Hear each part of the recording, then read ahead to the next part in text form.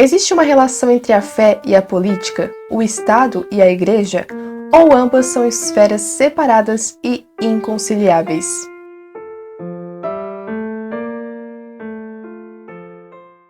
Neste livro, que eu estou usando como base para fazer uma série de vídeos sobre a visão de Bento XVI, que se chama Bento XVI, a Igreja Católica e o Espírito da Modernidade, o qual está disponível na livraria Loyola, vai tratar também sobre a relação entre a fé e o âmbito da política, ou seja, a questão da relação entre o Estado e a Igreja. Essa relação esteve também presente no pensamento de Ratzinger e no papado de Bento XVI, como nós veremos nesse vídeo. Ratzinger estava preocupado em investigar o campo de atuação da religião na política, só que de modo muito diverso do que propõe a teologia da libertação, com uma politização da fé.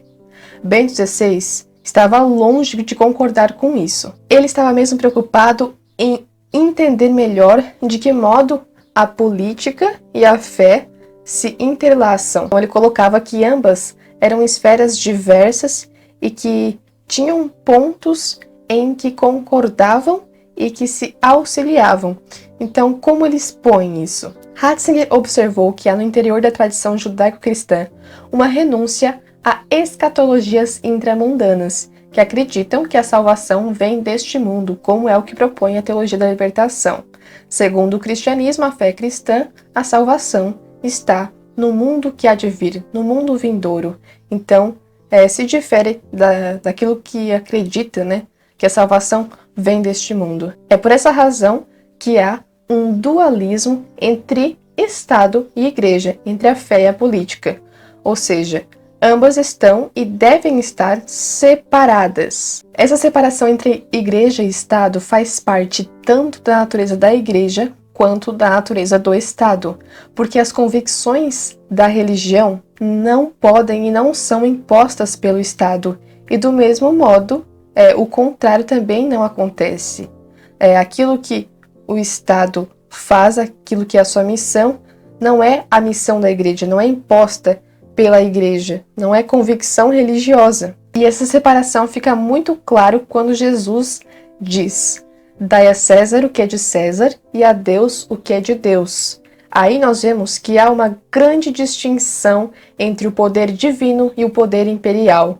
Isso significa também que o imperador não é divino, como acreditavam antigamente, mas o imperador, o governador, o rei, ele é um homem. Ele não tem uma natureza divina como teve nosso Senhor. Então, a fé cristã, ela destruiu o mito do Estado divinizado e dessa questão do imperador enquanto um homem divino, enquanto um ser que também é divino. E é por isso que colocou em xeque muitos dos alicerces do Império Romano.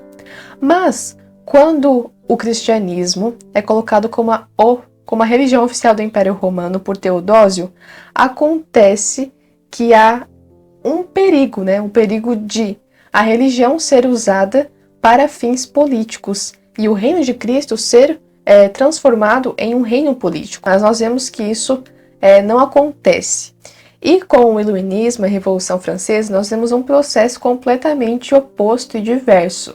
Ou seja, há uma separação radical entre o poder divino e o poder do Estado. Com a Revolução Francesa, o Estado é visto como puramente secular e a religião e o âmbito da fé é colocado no campo do subjetivismo, ou seja, relegado para o campo da subjetividade, e não há mais qualquer conexão entre Igreja e Estado. Novamente, nós vemos aquilo que nós já comentamos aqui em outros vídeos, ou seja, aquilo que é defendido pela Igreja, certa separação entre Igreja e Estado, é tornado absoluto com o curso da modernidade. Então a modernidade vem e separa radicalmente a fé e a política. E o que acontece é que o Estado torna-se absoluto. Esse modelo laicista, bem como o das igrejas, Estado e também o modelo socialista, encaixam-se naqueles modelos que a Igreja sempre rejeitou. E nesse livro vai trazer algumas citações de Ratzinger em que ele faz uma distinção entre laicismo e laicidade. e ele diz que o Estado laico é resultado da opção cristã original. Esse caráter secular, laico, do Estado inclui aquele equilíbrio entre razão e religião.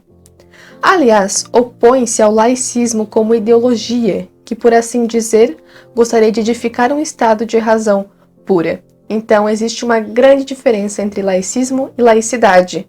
A laicidade é defendida pela fé cristã, mas o laicismo não, porque torna o Estado absoluto, inclusive substituindo a própria religião. Em suma, a visão de Ratzinger, que também é a visão da Igreja, coloca que deve haver uma separação entre Estado e Igreja, mas não uma separação radical e absoluta. Esse dualismo implica uma autonomia, mas uma autonomia relativa, porque permanece certa relação entre Igreja e Estado. Em que sentido? Bem, essa relação entre ambas as esferas permanece no sentido de que o Estado é uma ordem limitada pela fé. Não limitada num sentido negativo, mas no sentido de que a Igreja permanece como uma fronteira do Estado. Imagine um círculo em que representa o Estado. Fora desse círculo está a Igreja. Ou seja, o Estado tem certo limite de atuação. Ele não pode ultrapassar esse limite de modo a tornar-se absoluto e substituir a religião, que é o que acontece com as ideologias modernas, socialistas, comunistas. Ou seja, há uma divinização que às vezes parece muito imperceptível, mas há uma divinização e uma absolutização do Estado. Ou seja, toda a fé, toda a crença, toda a esperança é colocada no Estado. O poder divino agora é o poder do Estado. Então, o papel da religião é impedir que o Estado torne-se absoluto e invada todos os campos da vida humana. Vejamos agora a diferença entre o papel do Estado e o papel da Igreja. O papel do Estado é organizar a convivência humana, conseguir um equilíbrio entre a liberdade e os bens, de modo que cada um possa ter uma vida digna. Isto é, o Estado deve garantir o direito, a condição de liberdade e o bem comum. Já o papel da Igreja é anunciar a fé e oferecer os meios de salvação. Em relação à política, ela é a guardiã dos fundamentos éticos do direito. Por isso, a política ocupa o âmbito da razão moral e da lei natural. Isso é importante ressaltar aqui, porque eu sei que há alguns liberais, inclusive que se denominam católicos, que defendem que não, a religião não pode impor a sua moral sobre a sociedade porque nem todos são cristãos. Mas se esquecem de que há uma lei natural que vale para todos, para todas as pessoas, para todas as épocas. Essa lei natural se refere aos direitos que são humanos. E além disso, o tempo de atuação da esfera política é o presente. Então é garantir os direitos, o bem comum, na realidade presente.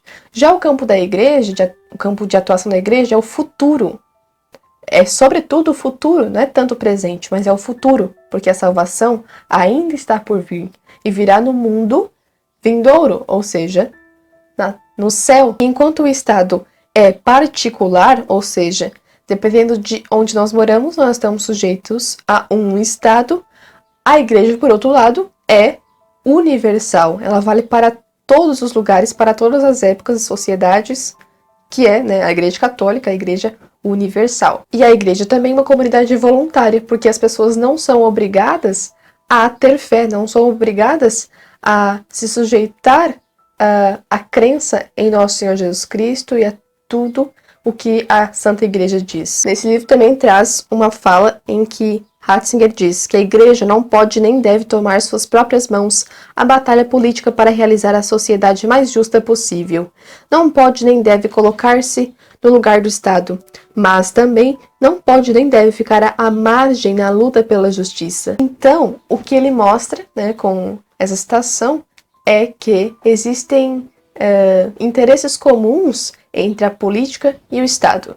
A justiça, por exemplo, é um interesse comum que ambas as esferas estão lutando para que exista, para que aconteça a justiça. Mas cada esfera tem o seu papel. O papel da igreja, de modo a contribuir no âmbito da política, é formando as consciências, é sendo advogada da justiça, da verdade, do bem, sendo testemunho público, educando as pessoas para a virtude e até para a santidade, para a perfeição. Por isso é que a igreja não pode ser colocada como um poder político. A igreja não é um poder político, ela é um poder moral. Assim, por exemplo, se a política quer aprovar a legalização do aborto e a igreja intervém dizendo que isto é errado, ela não está querendo impor a sua doutrina cristã sobre uma população, mas ela está advogando por um direito natural, um direito humano. Porque antes de ser um direito cristão, ele é um direito humano, um direito à vida.